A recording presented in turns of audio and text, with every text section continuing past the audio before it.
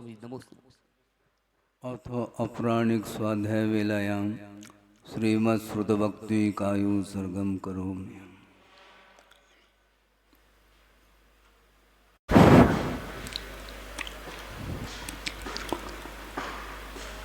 ओकारं बिंदु संयुक्तं नित्यं ध्यायन्ति योगिनः कामदं मोक्षदं चैव ओंकाराय नमो नमः। अविरल शब्द गणौग प्रक्षालित सकल भूतल कलंका मुनिवीरपाशुतीर्था सरस्वतीर्तनो दुरितम् अज्ञानतिमिरान्धानां ज्ञानाञ्जनशलाकया चक्षुरुन्मीलितं येन तस्मै श्रीगुरुवे नमः। परम गुरुभ्यो नमः। परम्पराचार्य गुरुभ्यो नमः। सकल कलश विध्वंसकं श्रेयसां परिवर्धकं धर्म संबंधकं भव्य जीव मन प्रतिबोधकारकमिदं शास्त्रं श्री तत्वार्थ सूत्र नाम ध्येयम्।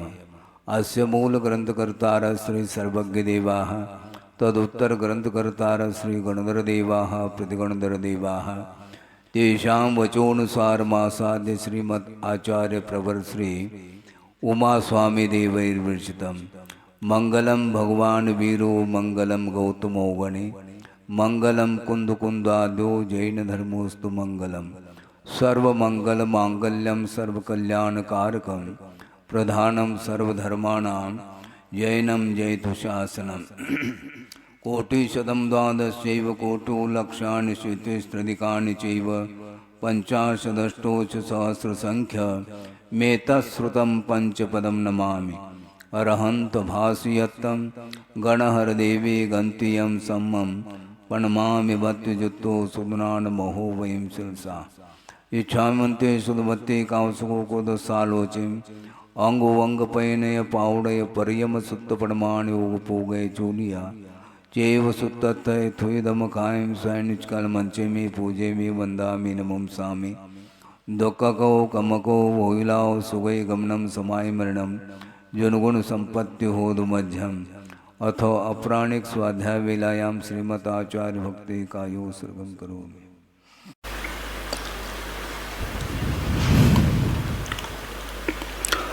श्रुतजलधि पारगेभ्य स्वपरमत विभावना पटुमतेभ्य सुचरित तपोनिधिभ्यो नमो गुरुभ्यो गुणगुरुभ्य।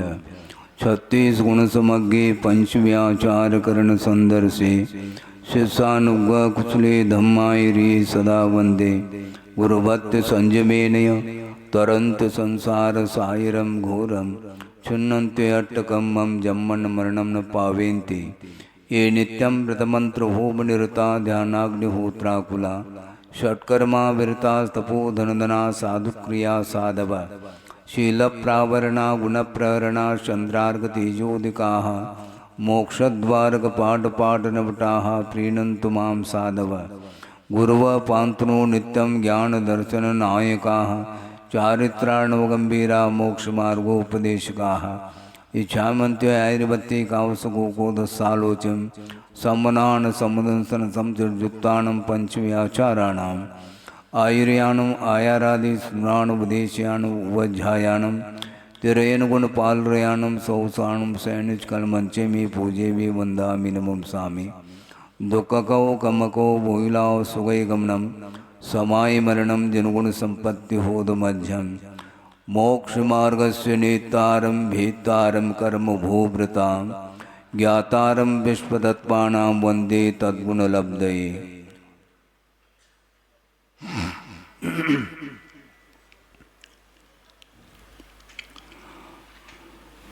सम्यक दर्शन के विषय रूप से प्रतिपादित जो जीवादिक पदार्थ हैं उनमें जीव पदार्थ का व्याख्यान हुआ। अब इसके पश्चात अजीव तत्व का वर्णन करने के लिए उसके नाम और भेदों भेद का कथन करने के लिए आगे का सूत्र दे रहे हैं। अजीव काया धर्मा धर्माकाश पुद्गलाः।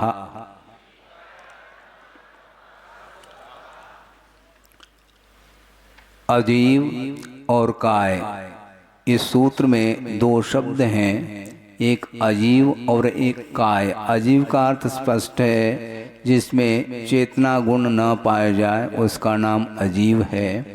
और काय का अर्थ लिया है जिस प्रकार शरीर बहुप्रदेशी हैं, उसी प्रकार धर्म अधर्म आकाश और पुद्गल द्रव्य ये सारे बहुप्रदेशी हैं, एक प्रदेशी नहीं है। इसको बताने के लिए काय शब्द इसका विशेषण दिया है। इस प्रकार धर्म अधर्म आकाश और पुद्गल ये चारों अजीवात्मक पदार्थ हैं और ये कायात्मक हैं, ये एक प्रदेशी नहीं हैं। प्रदेश का अर्थ भी साथ साथ हम समझ लेते हैं कि आकाश का ऐसा स्थान जिस स्थान को एक अविभाज्य पुद्गल परमाणु के द्वारा जो व्याप्त है आकाश का क्षेत्र, उसका नाम एक प्रदेश बोला है। स्पष्ट हो रहा है क्या नहीं? अविभाज्य पुद्गल परमाणु के द्वारा जो व्याप्त आकाश का जो स्थान है उसको एक प्रदेश बोलते हैं।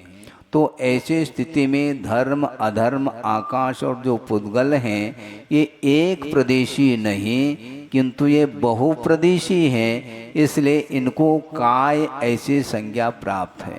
यानी शरीर जिस प्रकार एक प्रदेशी न हो करके बहुप्रदेशी है, उसी प्रकार ये सारे पदार्थ बहुप्रदेशी हैं और उसके साथ साथ ये अजीवात्मक है। ये दो विशेषण दिए हैं धर्मादिक पदार्थों के लिए, अजीवात्मक हैं और कायात्मक हैं। इस प्रकार ये 5 अस्तिकाय होते हैं। कुंद स्वामी ने पंचाशिकाय में स्पष्ट किया है, बहुप्रदेशी द्रव्य का नाम ही अस्तिकाय है। अस्ति अर्थात उसका अस्तित्व को सूचित करने वाला वह शब्द है। उसके साथ साथ वो सारे पदार्थ बहुप्रदेशी होने के कारण उनको काय की संज्ञा दी गई है। इस प्रकार यहाँ पर अजीवात्मक जो पदार्थ हैं उनका वर्णन किया जा रहा है इस पंचम अध्याय में। इसलिए धर्म अधर्म आकाश और पुद्गल ये चारों अजीव भी हैं और ये कायात्मक हैं, किंतु जो काल द्रव्य है वह अजीवात्मक तो है किंतु कायात्मक नहीं है। क्या कहा? जो काल द्रव्य आगे कथन करने में आने वाला है, इस सूत्र में काल द्रव्य का कथन नहीं किया। इसलिए नहीं किया, काल द्रव्य यद्यपि अजीव है किंतु वह बहुप्रदेशी नहीं है, इसलिए उसका कथन हम बाद में करेंगे।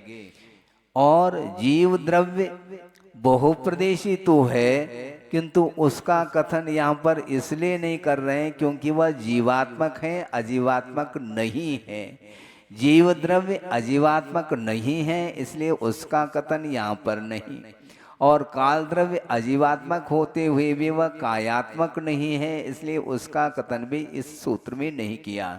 इस प्रकार अजीव और जीव और काय से रहित जितने भी द्रव्य हैं वह कितने हो गए? 4 हो गए। धर्म अधर्म आकाश और पुद्गल ये अजीवात्मक हैं और साथ साथ कायात्मक अर्थात बहुप्रदेशी हैं, ऐसा सूत्र का अर्थ निकलता है।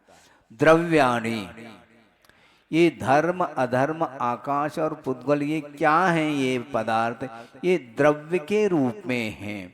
वैसे द्रव्य तो 6 हैं किंतु यहाँ पर प्रथम सूत्र में 4 को ही उल्लेखित किया क्योंकि वह 4 द्रव्य होते हुए भी अजीव और कायात्मक हैं, इसलिए उनका उल्लेख किया। ये किस रूप में है? ये द्रव्य रूप में है।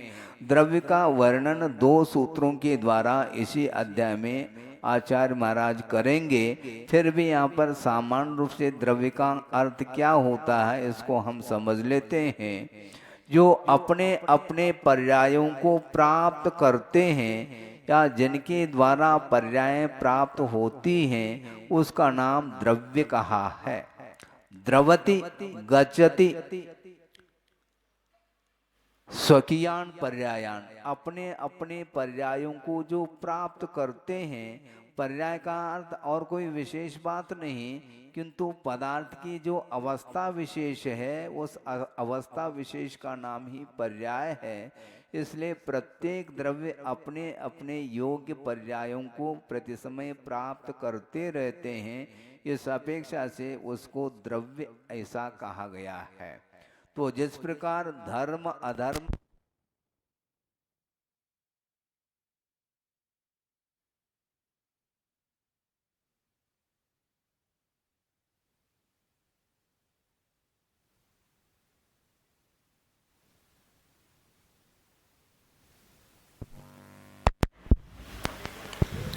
तो जिस प्रकार धर्म अधर्म आकाश और पुद्गल ये अपने अपने पर्यायों को प्राप्त होते हैं, इसलिए इनको द्रव्य संज्ञा प्राप्त है।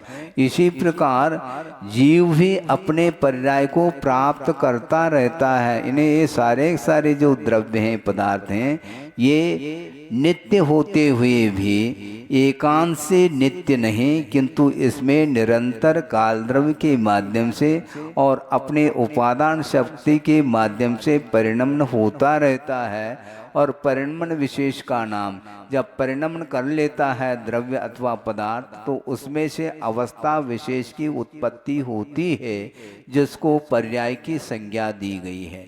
तो ये धर्मादिक जो है ये चार पदार्थ हैं, ये द्रव्य रूप में हैं। उसी प्रकार जीवाश्च, जीव भी द्रव्य है। ये बहुवचनांत पद इसलिए दिया है, जीव द्रव्य एक नहीं किंतु अनंतानंत जीव हैं, इसलिए वो भी द्रव्यात्मक हैं, ऐसा कहने का आशय है। अब नित्यावस्थितान्य रूपाणि, ये जितने भी द्रव्य हैं ये नित्य हैं, अवस्थित हैं और अरूपी हैं। नित्य का अर्थ उनका एकांत रूप से अभाव नहीं होता, वो हमेशा बने रहते हैं। कथनचित पर्याय की विवक्षा में पदार्थ का अभाव होना अलग वस्तु, किंतु पर्याय को गौण करते हैं। पूर्वोत्तर समय में होने वाले जो पर्याय हैं उनको गौण करके जब पदार्थ को जानते हैं तो सारे सारे पदार्थ नित्य रूप में ही देखने में आते हैं, इसलिए इनको नित्य कहा। द्रव्यार्थिक नए की अपेक्षा से नित्य हैं। और अवस्थित का अर्थ है ये 6 ही द्रव्य हैं। इसका अर्थ क्या, ये अवस्थित हैं, इनकी संख्या में कभी भी रद्दो बदल नहीं होगा, परिवर्तन संख्या के अपेक्षा से नहीं आएगा। ये 6 द्रव्य हैं तो 6 ही रहेंगे, न 7 होंगे न 5 होंगे। कितने द्रव्य हैं, ये 6 हैं, जिसमें काल द्रव्य भी समाहित है। और ये नित्य हैं, अवस्थित हैं और साथ साथ अरूपी हैं। इसलिए नित्यावस्थितानि रूपाणि द्रव्यानि, ये द्रव्य के विशेषण हैं। अब प्रश्न ये उठता है कि प्रथम सूत्र में धर्मा धर्माकाश पुद्गला ऐसा कहा तो पुद्गल द्रव्य भी अरूपी सिद्ध हो जाएगा, किंतु उसको पृथक करने के लिए अगला सूत्र आ रहा है। यानी पुद्गल द्रव्य नित्य है, अवस्थित है, किंतु अरूपी नहीं है, इसलिए अरूपी न मान लें। इसलिए उस सूत्र को पृथक रूप से रचना करके उसकी क्या विशेषता है उसको स्पष्ट किया जा रहा है। रूपिणः पुद्गलाः, पुद्गल द्रव्य क्या है, रूपी है। ये दोनों बहुवचनांत पद हैं। पुद्गलाः, पुद्गल एक नहीं अनेक हैं, बल्कि अनंतानंत हैं। संख्या की अपेक्षा से जितने जीव द्रव्य की संख्या है उससे भी अनंतानंत पुद्गलों की संख्या है, इसलिए बहुवचनांत पद दिया है। और उसका जो विशेषण है उसको भी बहुवचन के रूप में ही रखा है, इसलिए रूपिणः यह पद भी अपने आप में बहुवचनांत पद है। यदि एक वचन में रखते हैं तो क्या बनता है, रूपी बनता है। इसलिए रूपी रूपिणौ रूपिणः इस प्रकार बहुवचनांत पद दिया है। इन्हें पुद्गल द्रव्य रूपी होता है, ऐसा इसका तात्पर्य है। अब एक एक द्रव्य कौन कौन से हैं उसको बताया जा रहा। आकाशादेक द्रव्यानि। यहाँ पर पुनः मर्यादा को लेकर के, सीमा को लेकर के उपसर्ग का प्रयोग किया। आकाश द्रव्य तक एक द्रव्यानि, एक एक हैं। प्रथम सूत्र में जो नामोल्ले किए हैं द्रव्यों के, उसको लेकर के ये कथन किया जा रहा है। आकाशात यानी आकाश तक, यानी धर्म अधर्म और आकाश, यहाँ तक के जो द्रव्य हैं वो एक एक हैं, ऐसा कहा। जब एक एक हैं तो एक वचन का प्रयोग करना चाहिए, नहीं करेंगे क्योंकि धर्म अधर्म और आकाश ये तीन हो गए ना। ये अपने आप में तो एक एक हैं, किंतु ये तीनों एक एक हैं, इसलिए द्रव्यानि ऐसा कहा। आकाशात एक द्रव्यानि, ये एक एक हैं द्रव्य। धर्म द्रव्य भी एक हैं, अधर्म द्रव्य भी एक हैं और आकाश द्रव्य भी एक हैं। इसका स्वरूप क्या है अगले सूत्रों के माध्यम से स्पष्ट हो जाएगा। ये और कैसे हैं? निष्क्रियानि च, यानी प्रथम सूत्र को भूलना नहीं, उसी सूत्र के साथ संबंध रखते हुए ये सूत्र आ रहे हैं कि धर्म अधर्म और आकाश द्रव्य ये एक एक हैं और यहीं तक द्रव्य निष्क्रिय होते हैं। निष्क्रियानि च ऐसा कहा, यानी आकाशात एक द्रव्यानि तानि निष्क्रियानि च, वे निष्क्रिय भी होते हैं। धर्म अधर्म और आकाश द्रव्य ये तीनों निष्क्रिय होते हैं, क्रियाशीलता इनमें नहीं है। क्रिया किसको बोलते हैं? द्रव्य की वह पर्याय है जो उभय निमित्त का अर्थ उपादान और निमित्त के माध्यम से उत्पन्न होने वाले द्रव्य की वह पर्याय है जो देशांतर प्राप्ति में हेतुभूत है, उसको क्रिया बोलते हैं। क्या? द्रव्य की वह पर्याय है जो कि देशांतर प्राप्ति में वह कारणभूत होती है, उसका नाम क्रिया है। तो क्रियाशील द्रव्य धर्म द्रव्य अधर्म द्रव्य आकाश द्रव्य ये तीनों द्रव्य एक एक होते हुए भी ये क्रियावान नहीं है, ऐसा इसका आशय है। यानी ये कैसे हैं? निष्क्रिय हैं। निष्क्रियता का अर्थ परिणमन से रहित है ऐसा नहीं लेना, किंतु देशांतर जाने की क्षमता इनका स्वभाव नहीं है, इसलिए इनको निष्क्रिय कहा। एक स्थान पर रहते हुए भी इनमें निरंतर परिणमन होता रहता है, जिसमें उत्पाद व्यय की परिकल्पना बनती है। इसलिए इनको परिणमन से रहित है ऐसा नहीं कहना, किंतु क्रिया से रहित है ऐसा कहा है। असंख्य यहाँ प्रदेशा धर्मा धर्मैक जीवानाम। धर्म द्रव्य अधर्म द्रव्य और एक जीव द्रव्य, इनके पास कितने प्रदेश हैं? पहले तो ये कहा था कि बहुप्रदेशी हैं, किंतु बहुप्रदेश होकर के भी इनमें संख्या के अपेक्षा से कितने प्रदेशों को धारण करने वाले हैं, इसको बताया जा रहा है। ये असंख्यात प्रदेशी हैं, ये संख्यात प्रदेशी भी नहीं और अनंत प्रदेशी भी नहीं। कौन? धर्म अधर्म और एक जीव, ये तुल्य प्रदेश वाले हैं। धर्म अधर्म और एक जीव, इनके पास असंख्यात प्रदेश होते हैं। ये संख्या को निर्धारित करने के लिए ये सूत्र आया है, और पहले जो कायात्मक बताने के लिए वो सूत्र आया। ये कायात्मक यानी बहुप्रदेशी है, इसको शुद्ध करने के लिए प्रथम सूत्र दिया था, किंतु बहुप्रदेशता शुद्ध होने के बावजूद भी इनमें संख्या के अपेक्षा से कितने प्रदेश हैं, इसको स्पष्ट करने के लिए ये सूत्र दिया है। इस प्रकार धर्म अधर्म और एक जीव के पास असंख्यात प्रदेश होते हैं। यानी ये आकाश में रहेंगे तो आकाश के असंख्यात प्रदेश को व्याप्त होकर के रहते हैं, इसका अर्थ है। आकाशश्चानन्ताः,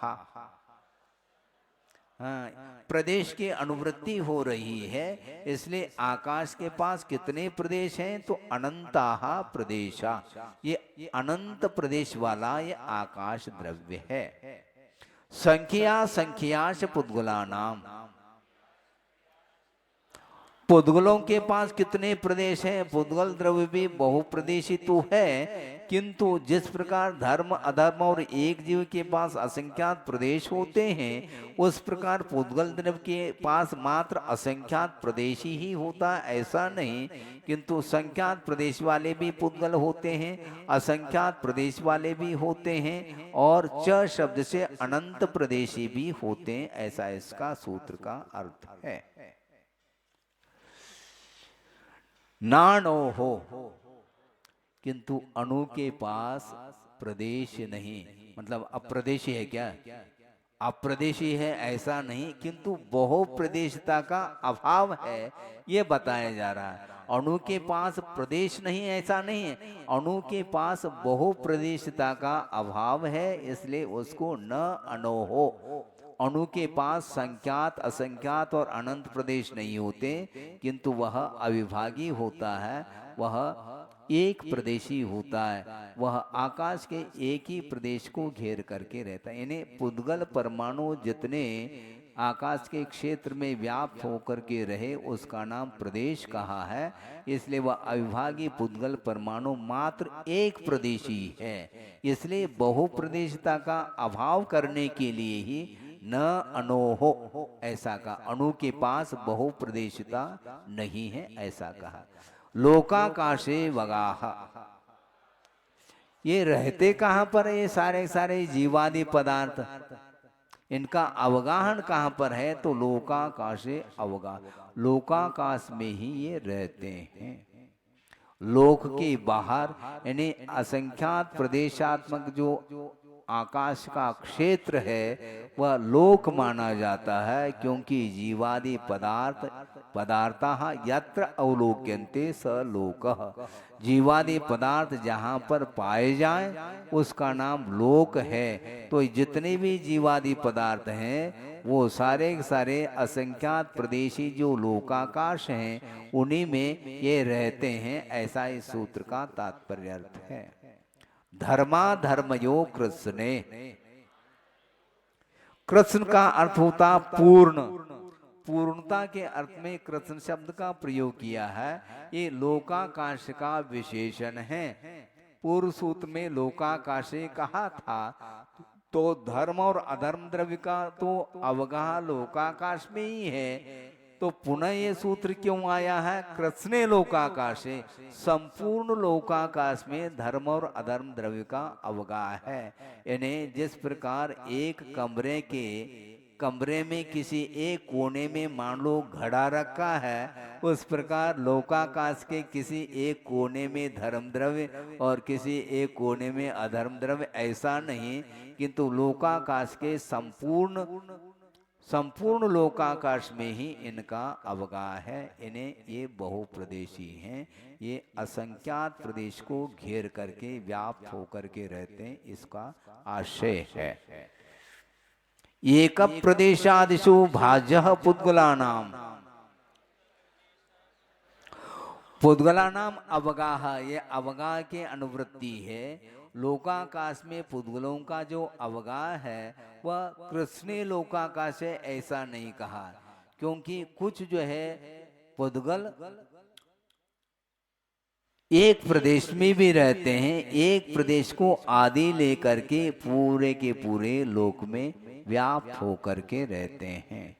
यानी एक परमाणु है तो वह आकाश के एक प्रदेश में रहता है, और दो परमाणु का एक स्कंद बना है तो वह आकाश के एक प्रदेश में रह सकता है क्या? नहीं रह सकता है।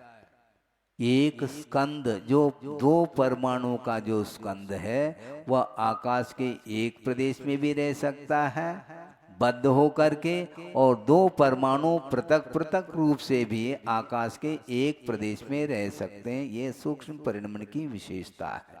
यदि इस सूक्ष्म परिणमन को नहीं मानेंगे तो अनंतानंत जो पुद्गल परमाणु हैं वह बिल्कुल एक एक प्रदेश को ही व्याप्त होकर के रहेंगे, तो अनंत आकाश का प्रदेश आवश्यक पड़ेगा, जबकि ऐसा नहीं, लोकाकाश में ही इनका अवगाह है। इसलिए एक परमाणु आकाश के एक प्रदेश में, दो परमाणु आकाश के एक प्रदेश में अथवा दो प्रदेश में, तीन परमाणु का जो स्कंद है वह आकाश के एक प्रदेश में भी रह सकता है, पृथक पृथक भी रह सकता है और बंद करके भी रह सकता है। इस प्रकार संख्यात, असंख्यात और अनंत परमाणु ये सारे सारे पृथक पृथक रूप से भी आकाश के एक प्रदेश में रह सकते हैं और पिंडात्मक भी आकाश के एक प्रदेश में रह सकते हैं। किंतु एक परमाणु को रहने के लिए दो प्रदेश की आवश्यकता नहीं पड़ती, वह एक ही प्रदेश में रहता है।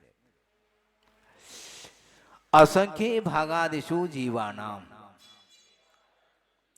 जीव द्रव्यों का अवगाहन लोकाकाश में होते हुए भी किस रूप में? असंख्य भागादिषु, लोक के असंख्यात प्रदेश हैं, तो असंख्यात प्रदेशात्मक जो लोकाकाश है उसके असंख्यात खंड कर लो, उसमें से एक भाग को आदि लेकर के असंख्यात भागों में जीव द्रव्य का अवगाहन पाया जाता, ऐसा इसका अर्थ है। प्रदेश संहार विसर्पाभ्याम प्रदीपवत, ये ऐसा क्यों होता है? क्योंकि प्रदेशों में संकोच और विस्तार होता रहता है आत्म प्रदेशों में, इसलिए इनका अवगाह प्रदीप के समान, दीपक का प्रकाश जिस प्रकार दीपक के प्रकाश में संकुचित होने की और विस्तृत होने की एक प्रकृति है, स्वभाव है, उसी प्रकार ये आत्म प्रदेशों में संकोच विस्तार होने के कारण वह लोकाकाश के एक भाग में भी रह सकता, दो भाग में भी रह सकता और पूरे लोकाकाश में भी समुद्घात के अपेक्षा से रह सकता है। ये एक जीव के अपेक्षा से कथन किया, किंतु नाना जीवों के अपेक्षा से यदि कथन करते हैं तो पूरे लोकाकाश में ही रह पाएंगे, एक प्रदेश में नहीं रह पाएंगे। गति स्थित्युपग्रहो धर्मा धर्मयोरुपकारः, अब धर्म द्रव्य अधर्म द्रव्य का लक्षण जो बताया जा रहा है वह उपकार की दृष्टि से बताया जा रहा है। उपकार का अर्थ और कुछ नहीं लेना, किंतु जीव और पुद्गल जो गमन करना चाहते हैं तो ऐसे गतिशील जीव और पुद्गल की गति में सहयोग प्रदान करने वाला जो द्रव्य होता है उसका नाम धर्म द्रव्य है। और जीव और पुद्गल यदि ठहरना चाहते हैं तो ठहरते हुए जीव और पुद्गल के ठहरने में अधर्म द्रव्य सहायक सिद्ध होता है, इसलिए यह अधर्म द्रव्य का उपकार माना जाता है। उपकार का अर्थ सहयोग दे देते हैं। ये दोनों द्रव्य उदासीन निमित्त के रूप में ही उपस्थित होते हैं। ये द्रव्य कभी भी एक दूसरे को प्रेरित नहीं कर सकते। आप चलना चाहें तो धर्म द्रव्य सहयोग प्रदान करता है, आप नहीं चलना चाहें तो आपके लिए वह प्रेरित नहीं कर सकता। यदि धर्म द्रव्य आपको प्रेरित करेगा चलने के लिए तो अधर्म द्रव्य ठहरने के लिए प्रेरित करेगा, तो आप क्या कर पाओगे मुझे बताओ? आप न चल पाएंगे न ठहर पाएंगे। इसीलिए ये दोनों द्रव्य उदासीन निमित्त हैं, आपके ऊपर ही ये क्रिया निर्धारित है। चलना चाहे तो उपस्थित है, आप नहीं चलना चाहे तो अधर्म द्रव्य ठहरने के, ठहरना चाहे तो उसी द्रव्य उसी समय वह अधर्म द्रव्य कारण बनता है, अन्य समय में नहीं, क्योंकि ठहरने रूप क्रिया होनी चाहिए। अवगाहन में और स्थिति में अंतर है। ठहरना ये कहीं से चल करके ठहरा जा रहा है तो ठहरने रूप क्रिया हो गई, और चलने रूप क्रिया हो गई तो चलने रूप क्रिया में तो धर्म द्रव्य सहायक और ठहरने रूप क्रिया में अधर्म द्रव्य सहायक। और आप न ठहर रहे हैं न चल रहे हैं, उस समय अवगाहन देने वाला आकाश द्रव्य आता है, तो वह आकाशस्यावगाह, आकाश द्रव्य आपको अवगाहन देता है, स्थान देता है। अवकाश प्राप्त, अवकाश प्रदान करने वाला जो द्रव्य वह आकाश द्रव्य है, जो कि समस्त द्रव्यों के लिए अवगाहन प्रदान करता है, अवकाश प्रदान करता है। यह आकाश द्रव्य का अवगाह एक गुण माना जाता है। ये सारे सारे द्रव्य यदि नहीं होते न हम ठहर पाते न चल पाते, हो रहा है न चल पाते हैं न ठहर पाते हैं तो अवगान ले पाते हैं। ऐसी स्थिति में कहाँ रहेंगे? जब आकाश द्रव्य नहीं रहेगा तो अपन भी नहीं रहेंगे, और क्या किसके आश्रित रहेंगे? हमारा अस्तित्व भी उसी आकाश द्रव्य के आश्रित ही है। इससे स्पष्ट है कि यद्यपि सिद्ध परमेष्टि कर्मों की अपेक्षा से स्वतंत्रता उन्हें मिली है, इसके उपरांत भी जहाँ कहीं भी वह रह रहे हैं, जहाँ कहीं अर्थात कहीं भी नहीं रहते, किंतु लोक के अग्रभाग पर वो जो रह रहे हैं उसमें भी आकाश द्रव्य का हाथ है, क्योंकि आकाश द्रव्य के आधार से ही उनका रहना हो रहा है। शरीर वांग मनः प्राणा पानाः पुद्गलानाम। पुद्गल द्रव्य का उपकार जीव द्रव्य के लिए है और आपस में भी है। ये दोनों, ये दो सूत्रों के माध्यम से उल्लेख कर रहे हैं। पुद्गल द्रव्य का जीव द्रव्य के लिए उपकार क्या है? सहयोग की अपेक्षा से शरीर। यदि पुद्गल द्रव्य मान लो परमाणु के रूप में यदि रहता तो शरीर का निर्माण कैसा हो पाता? संभव नहीं। तो जीव के लिए संसार दशा में शरीर मिल रहा है, इस शरीर के अपेक्षा से जीव द्रव्य के ऊपर उपकार है, संयोग है। आप रह रहे हैं तो शरीर के आश्रित रह रहे हैं आप। तो शरीर यदि स्कंद के रूप में पुद्गल परिणत नहीं होता तो शरीर का निर्माण कैसा होता? नहीं हो पाता। उसी प्रकार भाषा वर्गनाएं भाषा के रूप में यदि परिणत नहीं होती तो शब्द की उत्पत्ति कैसे हो पाती? आप बोल कैसे पाते हैं? बताओ, आप बोल नहीं पाएंगे। वो सारे सारे भाषा वर्गनाएं आपके निमित्त से भाषा के रूप में, शब्द के रूप में परिणत हो रही हैं। और भाषा वर्गनाएं नहीं होते तो किसके साथ बोलोगे आप? मौन रह जाओगे और क्या? हाँ, वैसे मौन रहना नहीं हो रहा है, लेकिन वह सहयोग दे रहा है आपके बोलने में। ये ध्यान रखो, हम बोल रहे हैं, आप बोल तो रहे हैं, आप साहित्यिक शब्दों में बोल रहे हैं, बहुत अच्छी बात है, लेकिन शब्द हो तब तो बोल पाओ आप। शब्द ही नहीं है तो क्या बोलेंगे आप? संभव नहीं। तो तालु और कंठ के इत्यादि के सहयोग लेकर के वो भाषा वर्गनाएं भाषा के रूप में परिणत हो रही हैं, ये वचन माना जाता है। यह भी पुद्गल द्रव्य का जीव द्रव्य के ऊपर सहयोग माना जाता है, उसी को उपकार बोलते हैं। इसी प्रकार मन, द्रव्य मन का निर्माण यदि नहीं होगा तो वह मन के माध्यम से भाव मन का अस्तित्व क्या वस्तु? हमें बताओ। छद्मस्त अवस्था में जो संगी पंचेंद्रिय है वह द्रव्य मन का आधार लेकर के ही पदार्थ को जानने के लिए कोशिश करता है, इसलिए वह भाव मन द्रव्य मन के आधार से चलता है, इसलिए मनोवर्गना के माध्यम से निर्मित द्रव्य मन माना जाता है। यह भी पुद्गल कृत ही उपकार है जीव के ऊपर। इसी प्रकार प्राणापान का अर्थ श्वास रूप जो क्रिया है यह भी पुद्गल के आश्रय से ही जीव में हो रही है। इस प्रकार पुद्गल द्रव्य का जीव द्रव्य के ऊपर उपकार हो जाता है। सुख दुख जीवित मरणोपग्रहाश्च,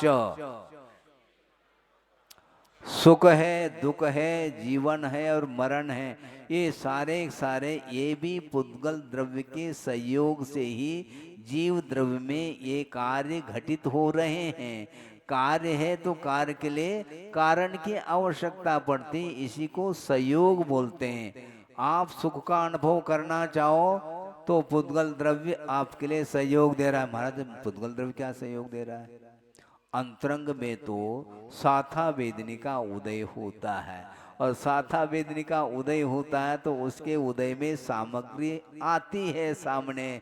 आपके सामने थाली आई है, आप खा रहे हैं और सुख का अनुभव कर रहे हैं, इसमें पुद्गल द्रव्य का हाथ है, संयोग है। साता वेदनी का यदि उदय नहीं है तो आप सुख का संवेदन नहीं कर सकते। इसी प्रकार असाता वेदनी का उदय जब होता है तभी जो है दुख का संवेदन होता है। यह भी पुद्गल द्रव्य का ही जीव के ऊपर संयोग माना जाता है।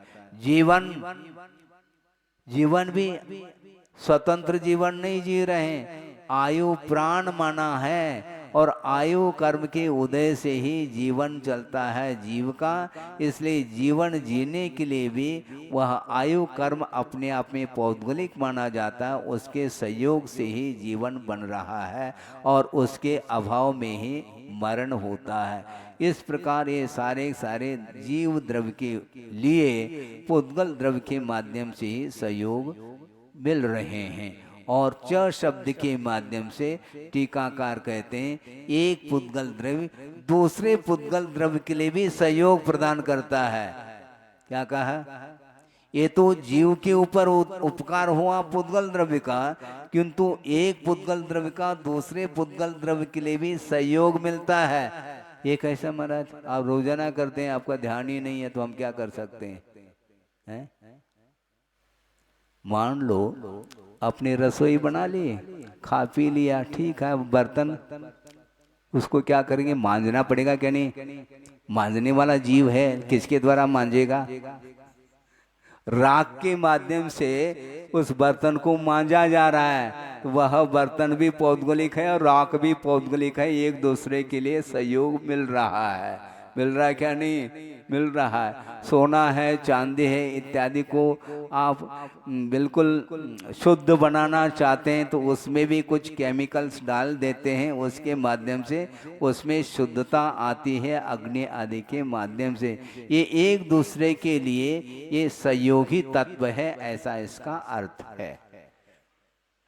इसके बाद जीव द्रव्य का परस्पर में क्या सहयोग है बताया जा रहा है। परस्परोपग्रहो जीवानाम, जीव द्रव्य का एक दूसरे के प्रति सहयोग होता है, इसी को उपग्रह उपकार बोलते हैं। कि एक सेठ है और एक मुनीम है, इनका परस्पर में उपकार हो रहा है।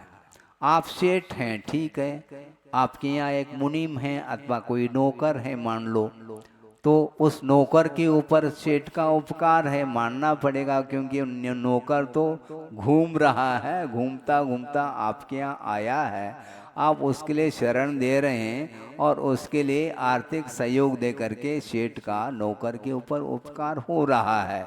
किंतु वह नौकर सेठ जिस प्रकार कहता है उसके अनुरूप वह कार्य कर रहा है, इस अपेक्षा से उस नौकर का भी सेठ के ऊपर उपकार होता है। मुनीम नहीं होते तो क्या हुआ? दुकान कैसे चलती है हमें बताओ, आप चला करके दिखाओ। मान लो अरबों का हिसाब किताब चल रहा है, वहाँ पर ऑडिट करने वाले कोई भी अकाउंट देखने वाले कोई नहीं है, मान लो मैनेजमेंट, तो वह अरबपति क्या करेंगे? वो किसके आश्रित है? हाँ, अकाउंट को मैनेज को देखने वाले जो मैनेजमेंट करते हैं उनके ऊपर ही उनका सारा सारा अर्थव्यवस्था उन्हीं के ऊपर निर्धारित है।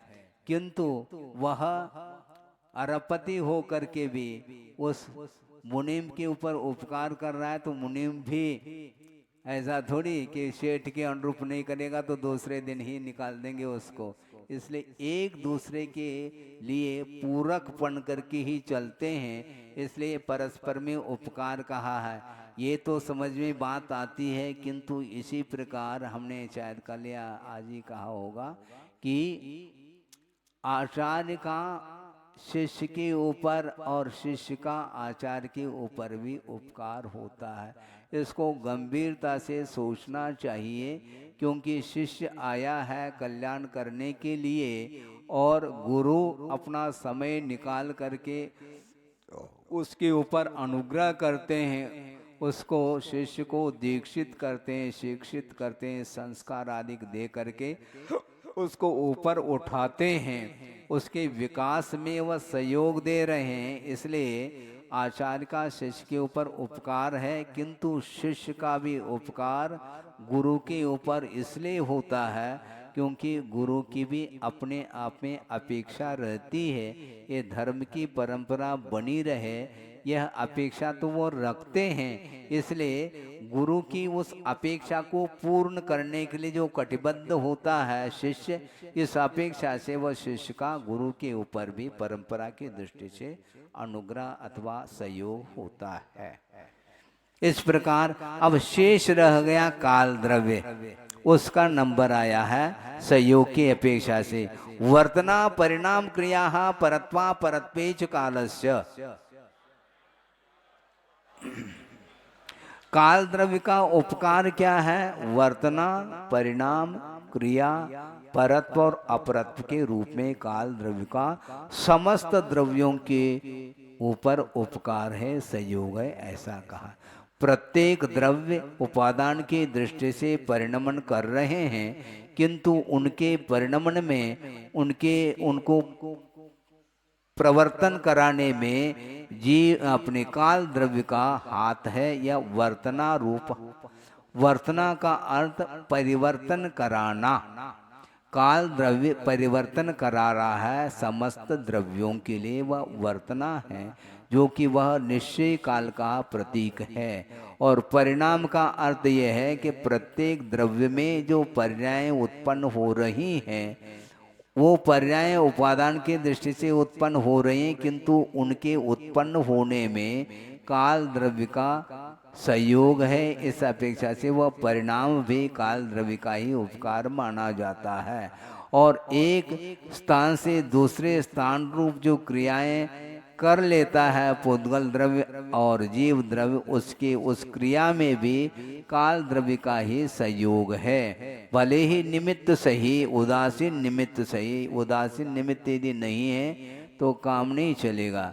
इसी प्रकार परत्व और अपरत्व ये दोनों काल द्रव्य के उपकार है। परत्व का अर्थ क्या है? क्षेत्र के अपेक्षा से और काल के अपेक्षा से भी परत्व और अपरत्व देखा जाता है। दूरी नापी जा रही है। सागर से दमू पास है कुंडलपुर की अपेक्षा, और सागर से कुंडलपुर दूर है दमोह के अपेक्षा से। इस प्रकार एक दूसरे के अपेक्षा को लेकर के जो दूरी नापी जा रही है, उसमें काल द्रव्य का संयोग है। काल द्रव्य के माध्यम से उस दूरी को भी नापा जाता है, क्योंकि उतने क्रिया करने में समय तो लग रहा है ना, दूरी को नापा जा रहा है, ये कम है, ये पास है, ये दूर है, क्षेत्र की अपेक्षा से। इसी प्रकार काल की अपेक्षा से क्या, ये 90 साल के हैं और ये 70 साल के हैं, इसको कौन नाप रहा है? इसमें भी परत्व और अपरत्व की परिकल्पना हो रही क्या नहीं हो रही? हो रही है। ये छोटे बड़े के रूप में जो परिणमन देखने में आ रहा है कालकृत, वह काल द्रव्य का ही संयोग माना जाता है। स्पर्श रस गंध वर्ण वंतः पुद्गलाहा। अब पुद्गल द्रव्य का लक्षण बता रहे हैं। अब उपकार की बात नहीं, सहयोग की बात नहीं, किंतु लक्षण बताया जा रहा है। स्पर्श रस गंध और वर्ण वाले पुद्गल होते हैं। पुद्गल द्रव्य अनेक हैं, इसलिए बहुवचन के रूप में प्रयोग किया है, और इसका विशेषण उसको भी बहुवचन के रूप में रखा है। स्पर्श रस गंध वर्ण वाले पुद्गल होते हैं, ऐसा इसका अर्थ है। स्पर्श के भी भेद होते हैं, 8 भेद होते हैं, कठोर मृदु हल्का भारी शीत उष्ण स्निग्ध रुक्ष आदि। इसी प्रकार रस के भी क्या, खट्टा मीठा कड़वा कसायला चरपरा। और वर्ण के भी काला पीला नीला लाल और सफ़ेद। और गंध के भी सुगंध दुर्गंध। ये सारे ये स्पर्शादिक जो 4 गुण हैं, उनकी ये परिणति मानी जाती है, ये पर्याय माने जाते हैं। इसी वाला वह पुद्गल द्रव्य होता है। शब्द बंध सूक्ष्म स्थूल संस्थान भेद तमच्छाया तपोद्योतवंतश्च।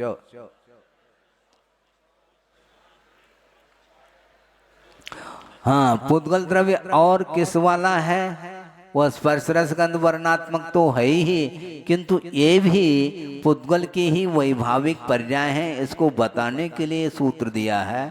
शब्द बंध सूक्ष्म अर्थात सूक्ष्मता स्थूलता संस्थान भेद तम छाया आतप और उद्योत वाला भी पुद्गल द्रव्य होता है।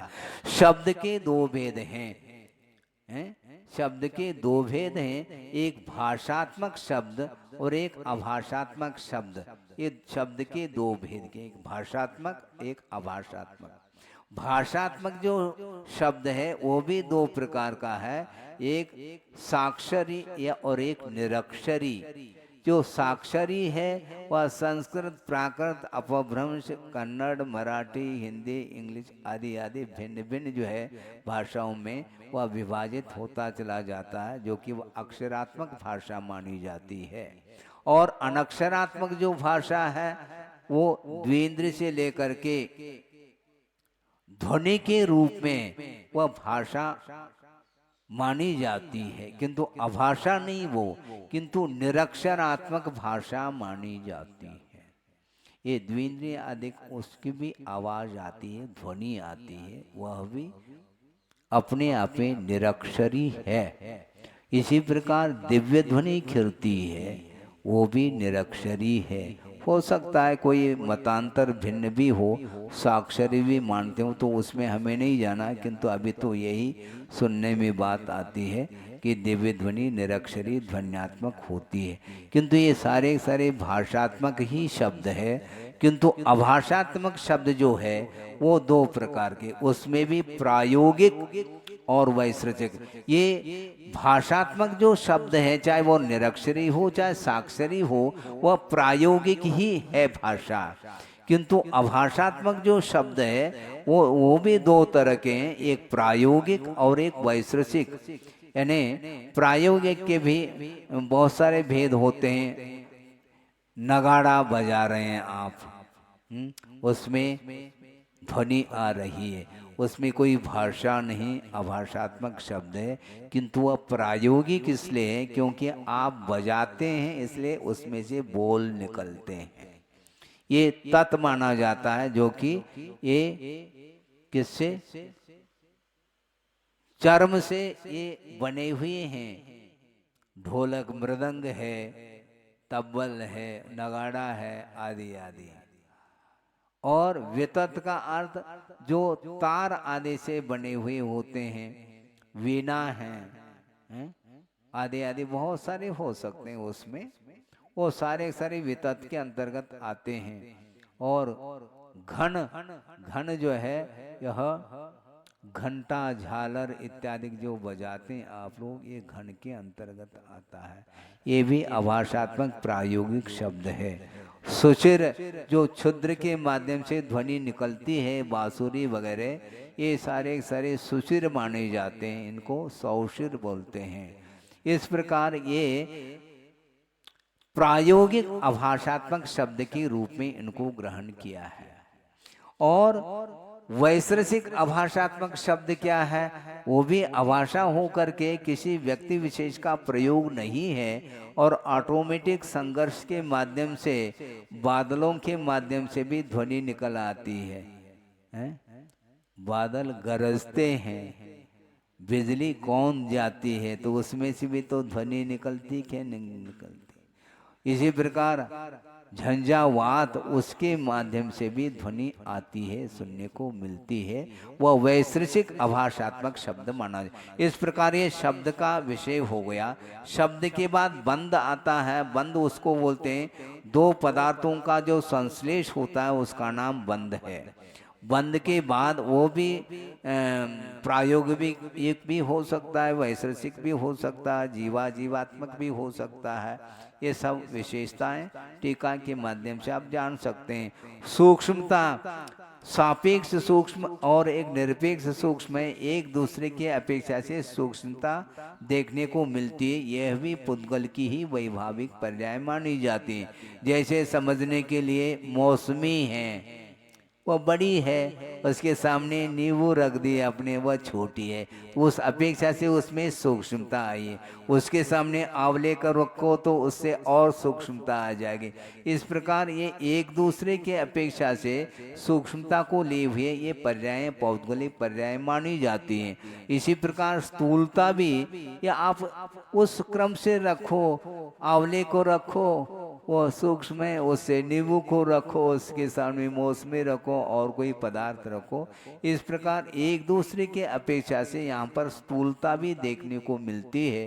ये सारे सारे पौद्गलिक द्रव्य की ही पर्याय की विशेषता है। संस्थान का अर्थ आकार प्रकार होता है। चौकोन है, वर्तुल है, त्रिकोण है, षष्ठकोण है, अष्टकोण है, आदि आदि विभिन्न प्रकार के पुद्गल के जो आकार प्रकार मिलते हैं देखने को, इसको संस्थान बोलते हैं। ये इत्थम्भूत भी होता, अनित्थम्भूत भी होता है।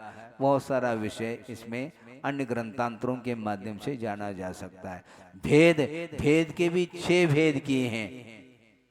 उत्कर किसको बोलते हैं? आप लकड़ी को चीरते हैं करोत आदि के माध्यम से, उसमें से जो बुरादा निकलता है उसको उत्कर बोलते हैं, इसको उत्कर बोलते हैं। फिर बाद में चूर्ण आता है।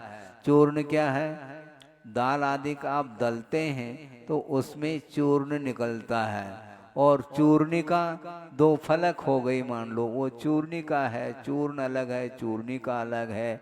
और इसके बाद और क्या प्रतर आता है। प्रतर में भी है? वो खंड नहीं, खंड तो अलग है, वह स्थूल स्थूल में आता है, प्रतर अलग होता है।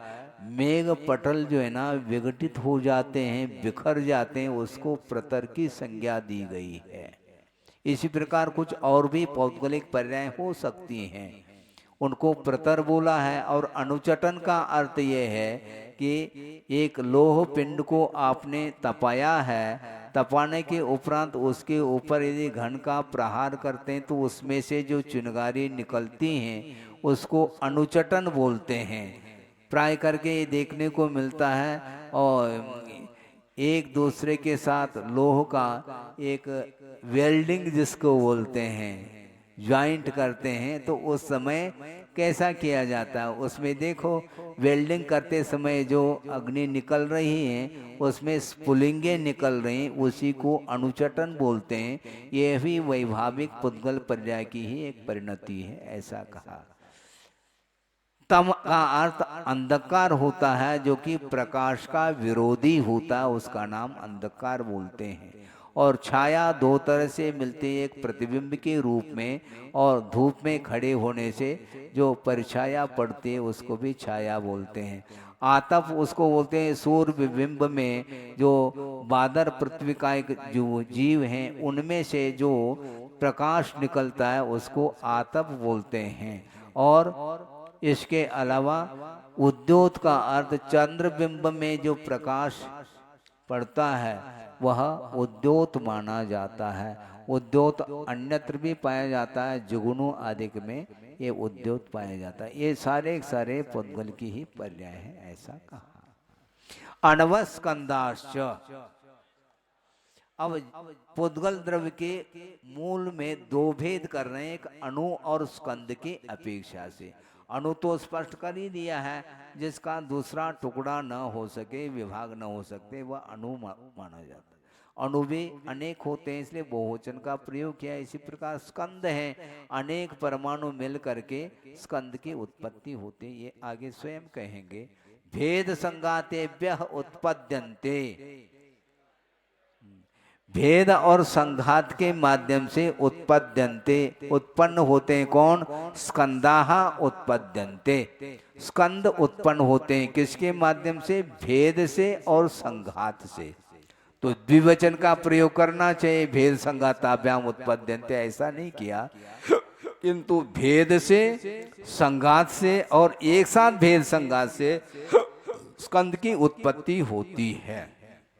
एक 10 परमाणु का पिंड है, वह स्कंद है मान लो, उसके टुकड़े हो गए 2, तो 5-5 परमाणु के 2 स्कंद उत्पन्न हुए। ये भेद के माध्यम से स्कंद की उत्पत्ति। और संघात के माध्यम से कैसे? 2-2 परमाणु मिलकर के 2 स्कंद बने हुए हैं, जिसको द्व्यनुक बोलते हैं। वह परस्पर में संघात को प्राप्त हो गए, जुड़ गए, उसमें संगठन हो गया तो 4 परमाणु का स्कंद उत्पन्न हुआ।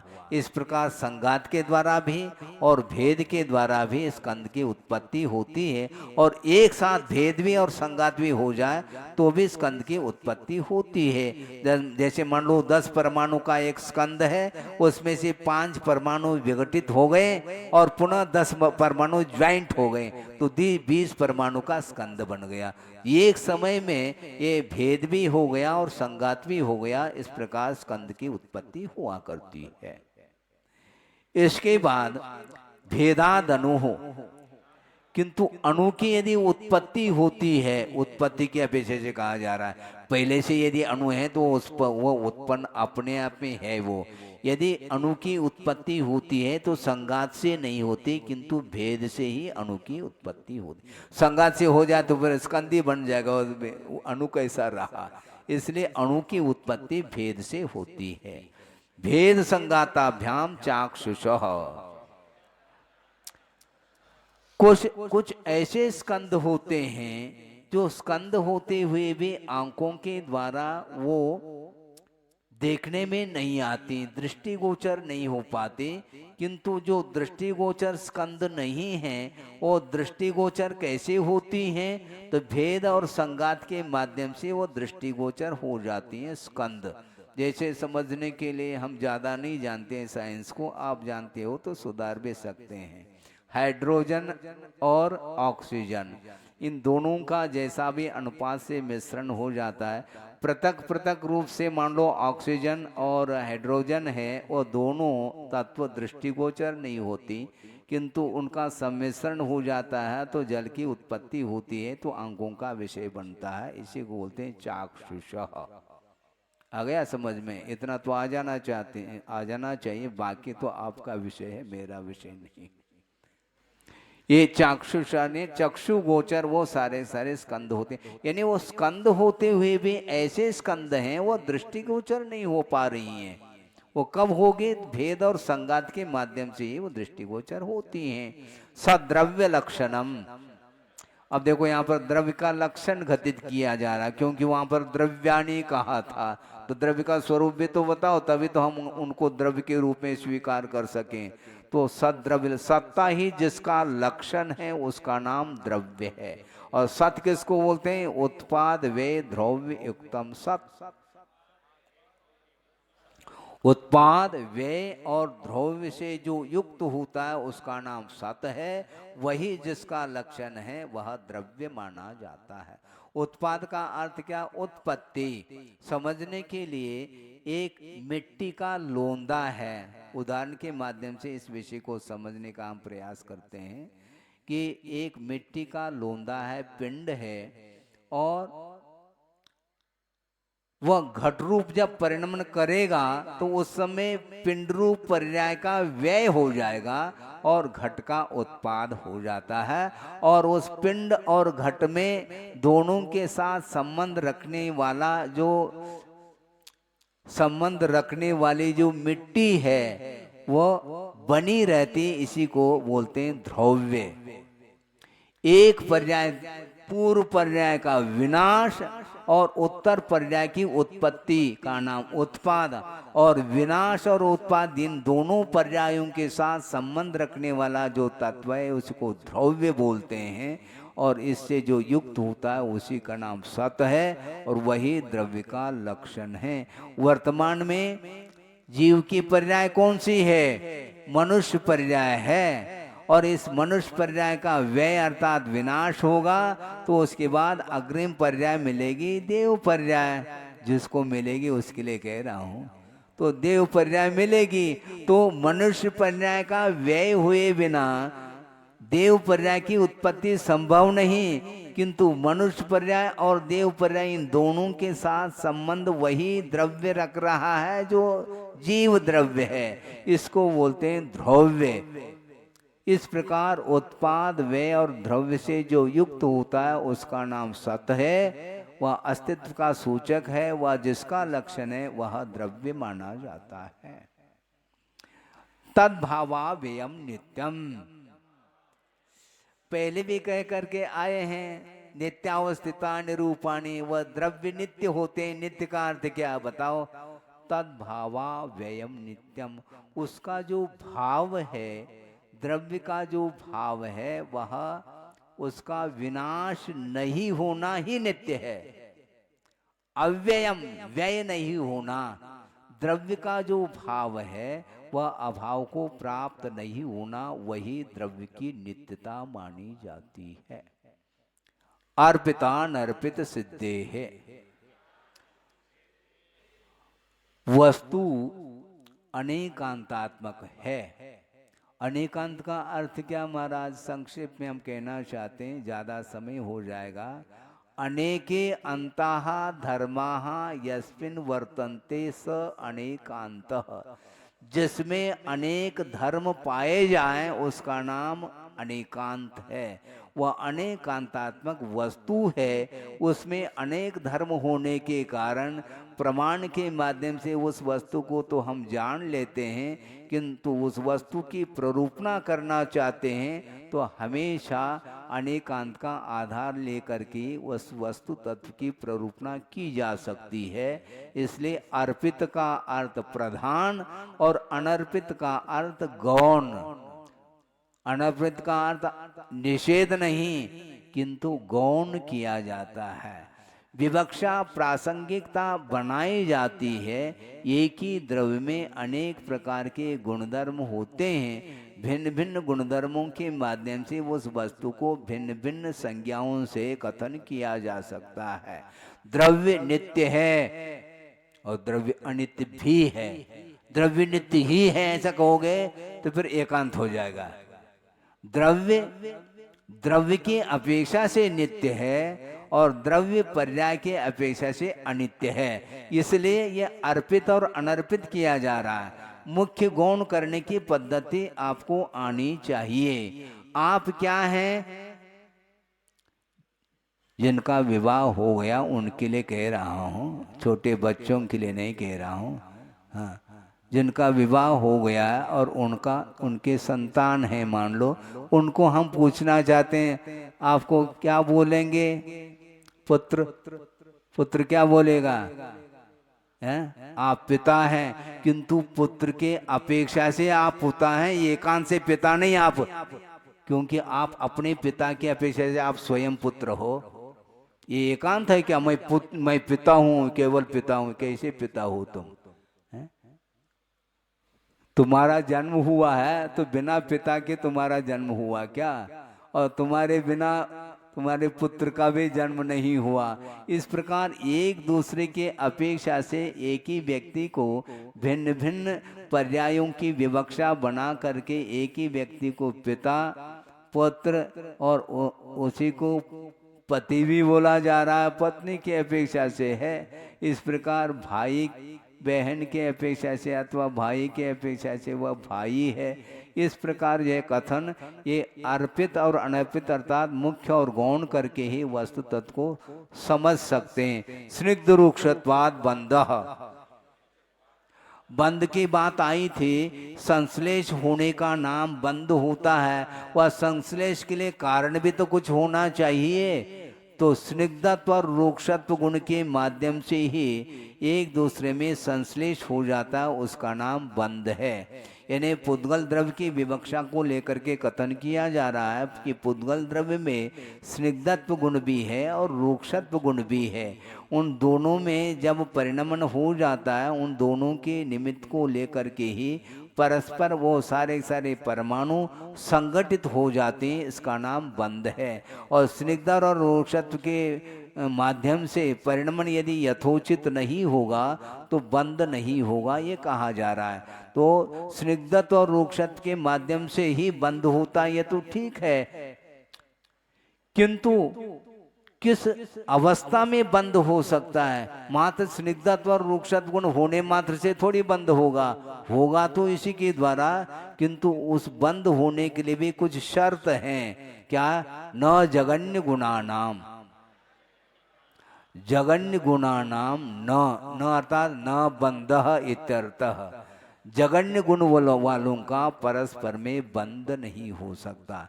मान लो यहाँ पर स्निग्धत्व और रूक्षत्व को गुण की संज्ञा दी है। दो परमाणु हैं, दो परमाणु का परस्पर में बंध होता क्या नहीं होता है, तभी तो वह दो परमाणु का पिंडात्मक एक स्कंध हो जाएगा।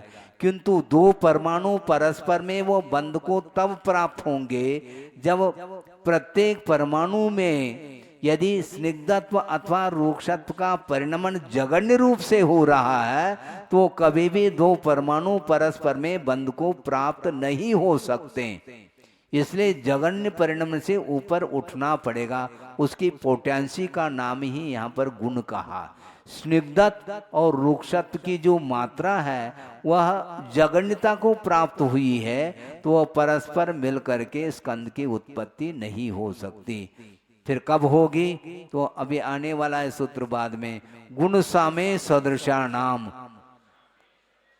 यहाँ पर न की अनुवृत्ति आ रही है, ध्यान रखना। गुण सामे सदृशा नाम, इन्हें सदृश गुण वालों का भी परस्पर में बंध नहीं होता।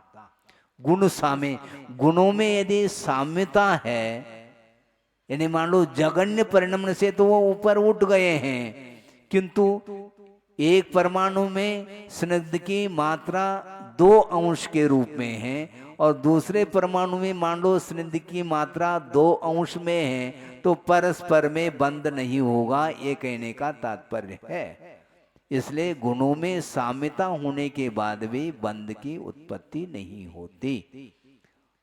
फिर कब होती है, जगन के साथ भी नहीं और समानता के साथ भी नहीं, किंतु दो व्यधिकादि गुणानंतु, तू का अर्थ तो के अर्थ में हो लिया है। बंध तो कब होगा, 2 अधिक गुण वालों के साथ ही बंध होता है, ऐसा कहा है। 2 अधिक होना चाहिए। एक परमाणु में स्निग्ध के 2 अंश हैं, तो दूसरे परमाणु में 2 अधिक होना चाहिए, मतलब 4 होना चाहिए, तब कहीं जाकर के बंध की व्यवस्था बनती है। एक परमाणु में 5 के स्निग्धत्व के गुणांश 5 है मान लो, तो दूसरे परमाणु में 7 होना चाहिए। इस प्रकार 2 अधिक गुण वालों का ही परस्पर में बंध होता है, अन्यथा बंध संभव नहीं है, ऐसा कहा है। और बंध होने के उपरांत परिणति की मात्मक होती है, तो उसके लिए सूत्र आ रहा है कि बंदे दिखो पारिणामिकौच। बंद होने पर जो अधिक गुण वाला होता है वह परिणामी होता है, दूसरे को अपने अनुरूप परिणमन करा देता है। क्या अर्थ हुआ, मान लो 1 ग्राम गुड़ है और 1-2 किलो मिट्टी है, उसमें यदि मिला देंगे तो 1 ग्राम अथवा 2 ग्राम जो गुड़ है वो भी मिट्टी के रूप में ही परिणत हो जाता है। इसको बोलते हैं बंदे देखो पारिणामिकोच। जिसमें शक्ति अधिक है वह कम शक्ति वाले को अपने अनुरूप बना लेता है, यह सूत्र का तात्पर्य है। इसलिए आपको होशियारी से चलना चाहिए। आप बिल्कुल धार्मिक वृत्ति वाले हैं, किंतु जो अधार्मिक वृत्ति वाले हैं उनसे बचने का प्रयास करना चाहिए आपको, अन्यथा बंदे देखो पारिणामिकोच, वह अपने अनुरूप आपको बना लेगा। हाँ, आपको दूध पीना है तो ग्लास से पी लो, कोई बाधा नहीं, किसी से भी पी लो, किंतु अपने घर में पी लो, शराब के दुकान में जा करके नहीं पीना, क्योंकि बंदे देखो पारिणामिकोच, असर आ जाएगा। इसलिए जो धार्मिक वृत्ति वाला है उसको बहुत अपने धर्म की रक्षा करने के लिए जो धार्मिक वृत्ति वाला उन्हीं की संगति में रहना चाहिए, ये इसका अर्थ है। नहीं है तो बहुत कठिन काम है। मान लो 10 किलो दूध है और उसमें 1-2 बूंद आपने छाछ जामुन डाल दिया आपने, वह 10 किलो का भी हो 20 किलो का भी दूध वह जम जाएगा, अब दही के रूप में परिणत हो जाता है। इसको बोलते हैं बंदे दिखो पर, मतलब उस जामन में ऐसी पोटेंसी है कि वह 10 किलो 20 किलो दूध को भी अपने अनुरूप परिणमन करा रहा है, कर रहा है। इसको बोलते हैं पारिणामिक। गुण पर्ययवत द्रव्यम, द्रव्य की परिभाषा, द्रव्य का लक्षण दूसरे तरह से कर रहे हैं। गुण और पर्याय वाला जो होता है उसका नाम द्रव्य है, ऐसा कहा। कोई भी पदार्थ गुण और पर्याय से रहित नहीं हो सकता। न द्रव्य से पृथक गुण है, न पर्याय है, न गुण और पर्याय से पृथक कोई द्रव्य है क्या? दुकान में चले जाओ, आपको क्या चाहिए? हमें 1 किलो सफेदी चाहिए। अच्छा, हमें सफेद वर्ण चाहिए, पदार्थ नहीं चाहिए, हमें सफेद 1 किलो। अरे कहाँ से लाएंगे वो सफेद? कोई न कोई पदार्थ ही तो रहेगा, है? कोई न कोई पदार्थ रहेगा। मुझे स्वर्ण चाहिए, स्वर्ण कैसा? हम पीला नहीं चाहिए, फिर कैसा? पीला एला हम कुछ नहीं चाहिए, ना हमें पर्याय चाहिए ना गुण चाहिए, हमें स्वर्ण चाहिए। वो गुण और पर्याय से पृथकभूत स्वर्ण क्या वस्तु है ही नहीं। इसलिए वह पदार्थ के मात्मक है, द्रव्य के मात्मक है, तो गुण और पर्याय वाला ही द्रव्य होता है, ऐसा इसका संक्षेप में आशय है। कालश्च, देखो पहले आया था जीवाश्च, यहाँ पर कालश्च कह रहे हैं। काल भी एक द्रव्य है और ये परमाणु के रूप में है, किंतु बहुप्रदेशी के रूप में नहीं है, इसलिए इसको यह भी काल भी एक द्रव्य है। वो कैसा है काल द्रव्य? सोनंत समय, वह काल द्रव्य स अर्थात वह काल द्रव्य अतीत और अनागत के अपेक्षा से अनंत समय वाला है। क्योंकि वह निश्चय काल है, वह द्रव्यात्मक है, तो उसके अतीत और अनागत के अपेक्षा से अनंत समय निकल चुकी हैं और निकलने वाली हैं। इन पर्यायों की विवक्षा को लेकर के उस काल द्रव्य को अनंत समय वाला कहा है। और वैसे देखा जाए काल द्रव्य असंख्यात होते हैं, ऐसा वर्णन आता है। द्रव्याश्रया निर्गुणा गुणाः, गुण की परिभाषा या गुण किसको बोलते हैं? गुण किसके आश्रित होते हैं? सभुवो गुणाः, द्रव्य के साथ हमेशा संबंध रखने वाले गुण माने जाते हैं। उनका अस्तित्व कहाँ पर है? गुण कहीं भी द्रव्य को छोड़ करके रह नहीं सकते, इसलिए द्रव्य के आश्रित रहते हैं। वो निर्गुणा गुणाः, वे गुण अपने आप में एक दूसरे गुणों को आश्रय नहीं देते, इस अपेक्षा से उस गुण को निर्गुण कहा। क्योंकि जितने भी गुण होते हैं उसी पदार्थ के ही आश्रित रहते हैं, इसका ऐसा इसका अर्थ है। द्रव्य के आश्रित रहने वाले गुण होते हैं, किंतु एक गुण दूसरे गुण के लिए आश्रय नहीं देता, इस अपेक्षा से निर्गुणा कहा। तद्भावः परिणामः, उस पदार्थ का जो होना है वही परिणाम अर्थात पर्याय मानी जाती है। क्योंकि तद्भावा अव्ययम नित्यम कहा, उस पदार्थ का जो होना है वो भाव है, वह व्यय को प्राप्त नहीं होता, वही उसकी नित्यता मानी जाती है। वह भाव क्या है? वह परिणाम माना जाता है। क्योंकि द्रव्य हमेशा परिणमनशील रहता है, उसका जो होना है वह परिणाम माना जाता। वस्तु का जैसा स्वरूप है उसी के अनुरूप पर्याय की उत्पत्ति होती है। इस प्रकार अजीव तत्व का वर्णन करने वाला यह 5वां अध्याय समाप्त हो जाता है। बोधि समाधि परिणाम शुद्धि स्वात्मोपलब्धि शिव शोक शुद्धि चिंतामणिम चिंतित वस्तुदाने त्वां वंद मानस्य ममास्तुते। परम पूज्य आचार्य गुरुवर श्री विद्यासागर जी महाराज की जय।